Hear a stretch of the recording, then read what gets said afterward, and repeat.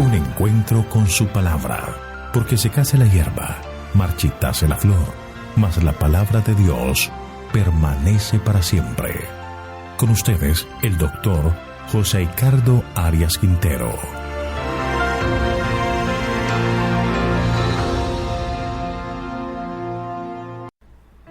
Hoy estudiaremos Esther capítulo 2.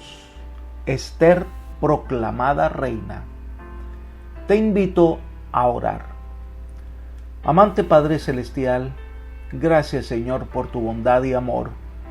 Al concedernos este día más de vida, te pedimos que nos acompañes para andar en tus caminos de paz. Señor, en este momento que nos disponemos al abrir tu palabra, pedimos que nos acompañes y nos dirijas en el estudio de este capítulo de Esther, que podamos aprender lecciones que fortalezcan nuestra fe. Gracias, Señor, por escucharnos y responder, pues lo pedimos basados en los méritos de Jesús. Amén. Al comenzar este estudio del capítulo de hoy, debemos decir que Dios toma personas humildes, comunes y corrientes que permiten que el Espíritu de Dios obre en ellos y el Señor los convierte en los grandes héroes de la fe. Este pasaje comienza a mostrarnos la razón por la cual el libro de Esther está incluido en el canon y por qué es una de las historias más recordadas y apreciadas de la Biblia.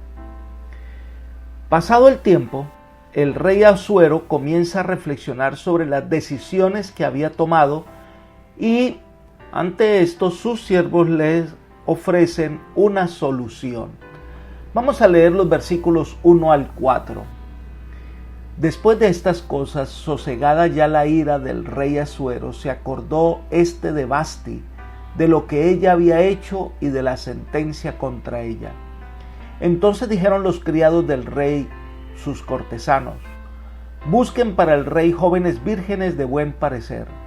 Nombre el rey personas en todas las provincias de su reino que lleven a todas las jóvenes vírgenes de buen parecer a Susa, residencia real, a la casa de las mujeres, al cuidado de Ejai, eunuco del rey, guardián de las mujeres, y que les den sus atavíos, y la joven que agrade al rey reine en lugar de Vasti. Esto agradó al rey y así lo hizo. Todo comienza con un ataque de ira del rey, cuando destituye a la reina Vasti. Ella ya no era la reina del reinado de Medo-Persia, pero parece que Asuero no tenía prisa tampoco en conferir a otra la dignidad que había pertenecido a aquella mujer. Sin duda había muchas esposas y concubinas en su harén, pero claro, ninguna de ellas era su favorita. Quizás Asuero se acordó de Vasti cuando salió de su embriaguez o después de que pasó un lapso considerable de tiempo. No se nos dice cuánto tiempo transcurrió desde que Vasti fue repudiada hasta que el rey se acordó de ella. El rey siente la ausencia de Vasti como reina y como una mujer bella. Había entonces peligro que el rey volviera a restituirla, y esto ponía en peligro la vida de los consejeros. Por lo tanto, los consejeros se adelantaron y le sugirieron al rey que se trajeran las doncellas vírgenes y bellas del reino para que fuera escogida la futura reina. Esta idea, por supuesto, agradó al rey Asuero, y comienza la labor de reclutar bellas mujeres, las cuales iban al palacio de las mujeres, donde eran preparadas por un tiempo para presentarse ante el rey.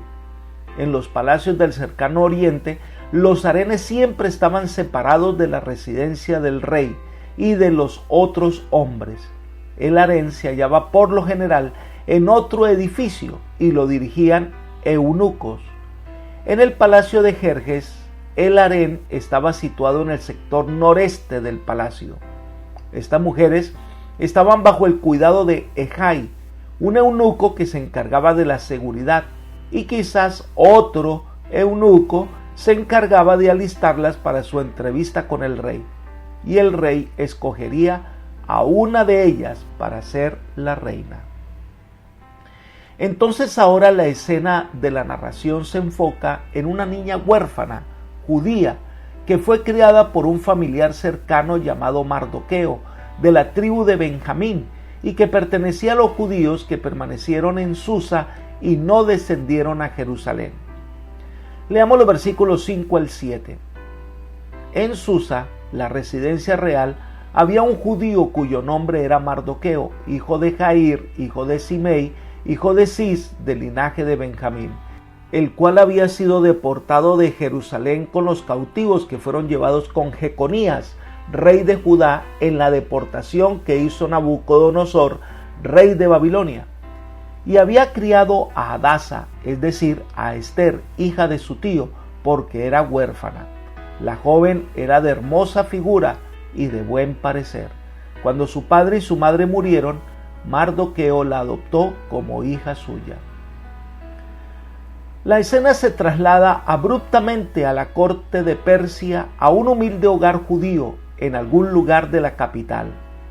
Hasta donde sepamos, jamás fue llevado ningún cautivo judío a Susa. Su abuelo fue quien fue deportado a Babilonia, en el tiempo en que Jeconías fue llevado en el año 597 a.C., en la segunda deportación que Nabucodonosor hizo. Con el tiempo sucedió que los judíos que vivían en Susa quizás se encontraban allí por su propia elección.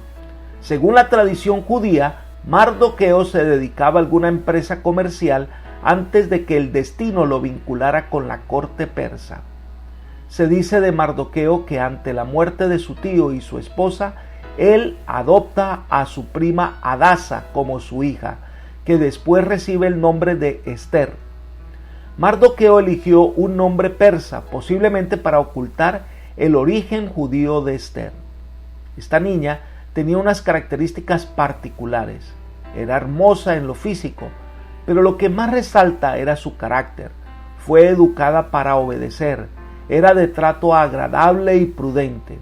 Mardoqueo se da cuenta que ella puede ser la reina, así que le encargó no revelar su nacionalidad para no levantar perjuicios raciales. Leamos los versículos 8 al 10. Sucedió pues que cuando se divulgó el mandamiento y el decreto del rey y había reunido a muchas jóvenes en Susa, residencia real a cargo de Ejai, Esther también fue llevada a la casa del rey al cuidado de Ejai, el guardián de las mujeres.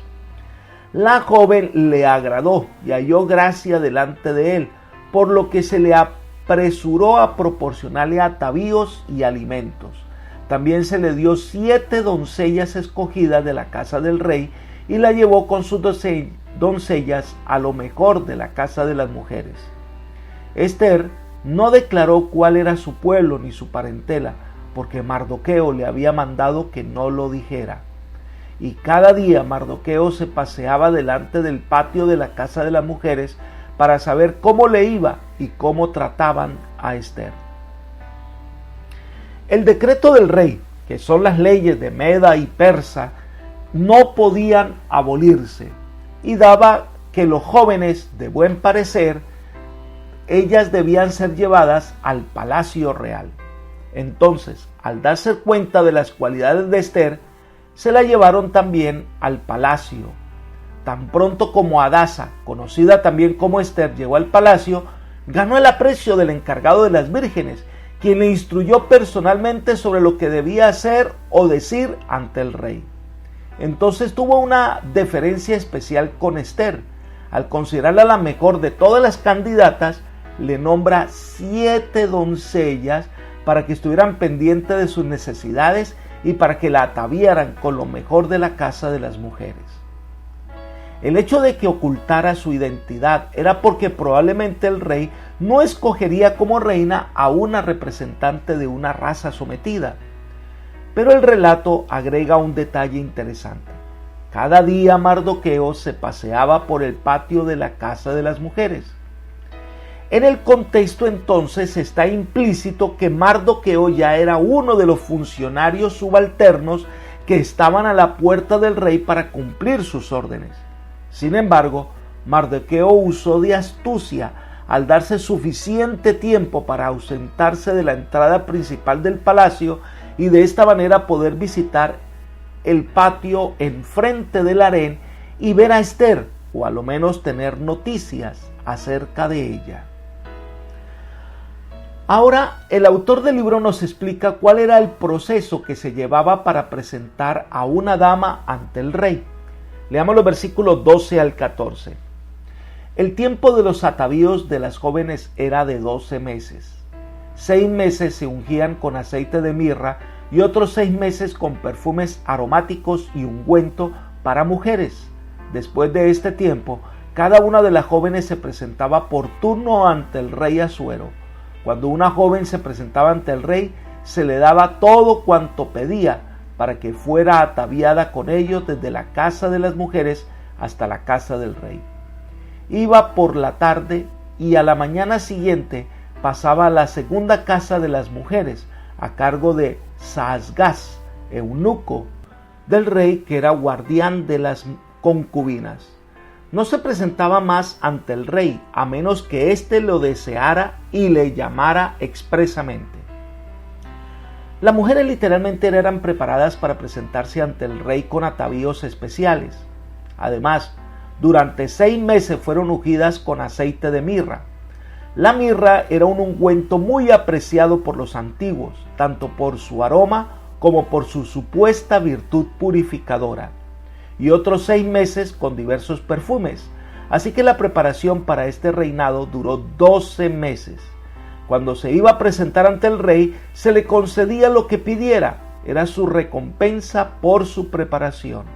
Una vez se presentaba ante el rey y bajo su aprobación, eran llevadas estas mujeres a otro lugar donde se ubicaban las concubinas del rey. Entonces llegó el turno de Esther de presentarse ante Asuero.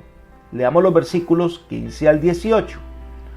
Cuando le llegó el turno de presentarse ante el rey, Esther, hija de Abihail, tío de Mardoqueo, quien le había tomado por hija, ninguna cosa pidió, sino que le indicó Ejai, eunuco del rey y guardián de las mujeres.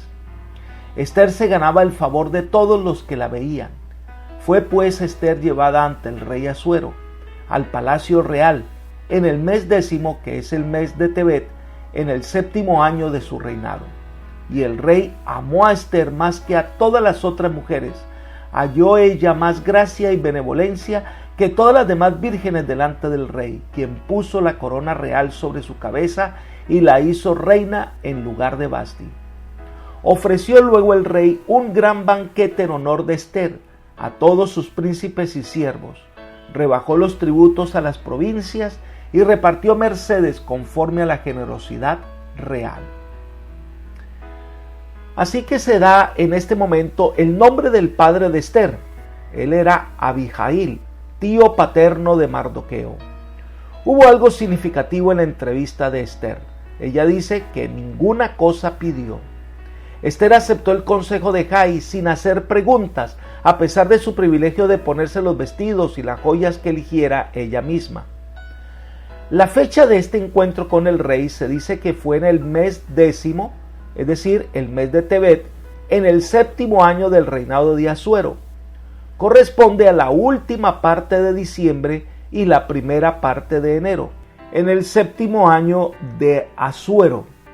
Tebet comenzó, que era el 10º mes, el 22 de diciembre del año 479 a.C. y terminó el 20 de enero del 478 a.C. Como había regresado de su desastrosa expedición a Grecia el año anterior, es seguro que estaba bien dispuesto a olvidarse de los asuntos militares. Recordemos que Vasti fue destituida en el 3er año del reinado de Asuero, así que pasaron por lo menos unos 4 años antes que Esther se presentara ante el rey. Fue preparada para presentarse ante el rey, y el rey al verla se agradó en ella, y al ver su prudencia, su belleza y su inteligencia, la escogió para ser la reina de Media y Persia.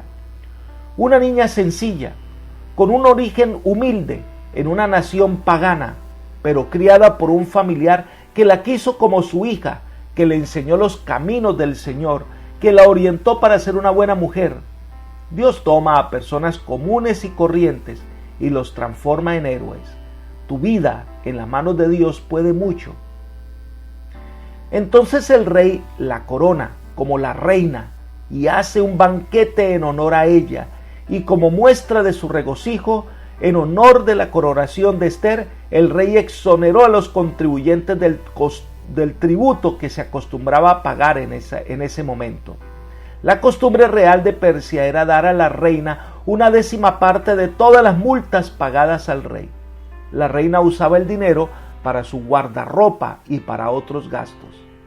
Además de una cantidad de obsequios y regalos que el rey ofreció a todos los presentes, propios de la opulencia del momento en el palacio real. Y entonces se agrega un comentario sobre la actitud de Ester en la corte. Leamos los versículos 19 y 20.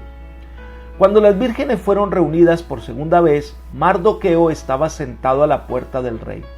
Ester, según le había mandado Mardoqueo, no había revelado su nación ni su pueblo, pues Ester hacía lo que decía Mardoqueo, como cuando él la educaba. Hubo una segunda reunión de las damas que se habían presentado ante el rey, y Ester estaba allí, pero también estaba Mardoqueo, que estaba sentado a la puerta del rey. En otras palabras, Mardoqueo llegó a ser, si no lo era ya, un ayudante en el palacio o funcionario subalterno. Los funcionarios reales se instalaban junto a la puerta del palacio y allí se efectuaban las transacciones oficiales y comerciales. Ahora, un profundo respeto por su benefactor indujo a Ester a aceptar los consejos de Mardoqueo aún después de haberse convertido en la reina. Esto destaca a Mardoqueo como un buen padre adoptivo y a Ester como una hija leal y obediente. En esencia, su belleza era una belleza de carácter y de personalidad. Su bella apariencia era secundaria a la nobleza de su carácter. Pero ahora la escena cambia nuevamente. Leamos los versículos 21 al 23. En aquellos días, estando Mardoqueo sentado a la puerta del rey, Bigtán y Teres, 2 eunucos del rey que vigilaban la puerta, estaban descontentos y planeaban matar al rey Asuero. Cuando Mardoqueo se enteró de esto, lo comunicó a la reina Ester, y Ester lo dijo al rey en nombre de Mardoqueo. Se hizo investigación del asunto y resultó verdadero. Por tanto, los 2 eunucos fueron colgados en una horca, y el caso se consignó por escrito en el libro de las crónicas del rey. Este capítulo termina con la narración de un complot para matar al rey, del cual Mardoqueo, que al parecer tenía algún tipo de oficio en la entrada al palacio, se dio cuenta y comunica a Ester, que a su vez lo da a conocer al rey. Y le dice, mira, Mardoqueo, funcionario en la puerta del rey, se dio cuenta de esto. Los hombres son apresados y ejecutados y la vida del rey preservada. Un hecho aislado que se convierte posteriormente en un hecho determinante en esta historia, porque todo esto quedó escrito en los anales de la historia del palacio. Cuando cumplimos nuestras tareas con fidelidad, pensando en el bienestar de los demás, cosas que parecen muy sencillas se convierten después en hechos importantes que marcan la diferencia en nuestra historia. Debemos ser fieles en lo poco para poder recibir las bendiciones mayores que Dios tiene preparada para nosotros. Apreciado amigo y hermano, la historia de nuestra vida está en las manos de Dios. Confiemos en su dirección, confiemos en su gran bondad. Dios nos llevará por sendas a veces inesperadas para nosotros, pero donde podemos hacer una tarea especial para Él. Dios nos pide que confiemos en su dirección. Fe es entonces dejarnos guiar por el Señor, aunque no entendamos todo lo que pasa, pero en la seguridad que el Señor siempre desea lo mejor para nosotros. Que el Señor te guíe por sendas de justicia, es mi oración por ti. Amén.